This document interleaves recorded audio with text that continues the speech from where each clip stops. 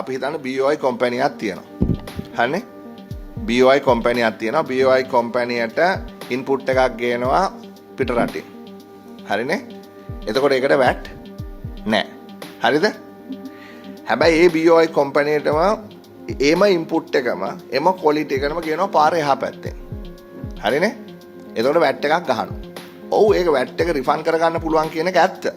හැබැයි අපි බැලුවොත් on the day of the invoice comparison එක තියෙන්නේ මෙතන 118යි මෙතන 100යි.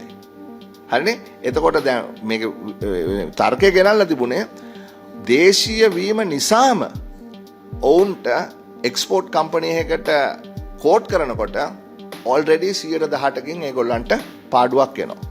ඉතින් ඒකට නොයෙකුත් ඔය SWAT එක අයින් කිරීම සම්බන්ධයෙන් සිද්ධ වෙච්ච කාරණාවක් ගැන මම මේ කතා කරන්න අපි ඒක පාර්ලිමේන්තුවේ කතා කරා. ඉතින් එතනදී ඕන් ඉදිරිපත් කළා තියෙන වෙන රටවල් වල කොහොමද ඒක කරලා තියෙන්නේ කියලා. මොකද කස්ටම් බෝඩර් එක තියෙන්නේ BOI එකේ නා. BOI එක නම් entity එක BOI එක වෙන රටක් නා. හරි එහෙමනම් මේ රටෙන් ගෙනාවොත් පාරේ හැපැත්තෙන් ගෙනාවොත් වෙන රටකින් තමයි ගේන්නේ.